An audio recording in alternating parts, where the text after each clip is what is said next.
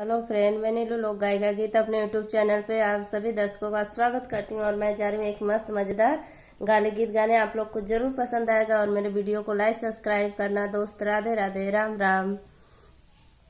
खाला खाला ए दूल्हा रखल खिचड़ी, खाला खाला ए दूल्हा रखल खिचड़ी, खाला खाला ए दूल्हा रखल खिचड़ी, खाला खाला ए दूल्हा। दहेजवा में पवला तू घड़ी सिकड़ी, दहेजवा में पवला तू घड़ी सिकड़ी, खाला खाला ए दूल्हा रखल खिचड़ी, खाला खाला ए दूल्हा रखल खिचड़ी, खाला खाला ए दूल्हा।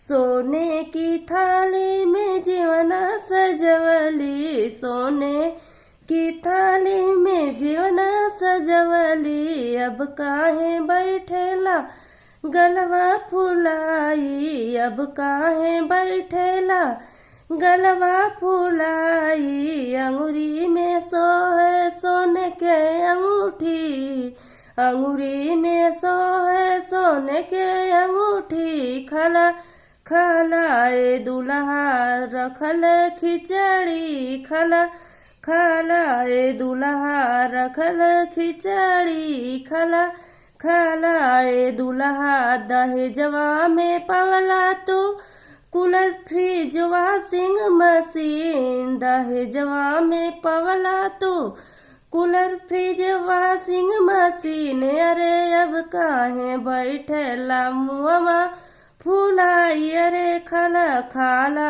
ए दूल्हा रखल खिचड़ी, खाला खाला ए दूल्हा।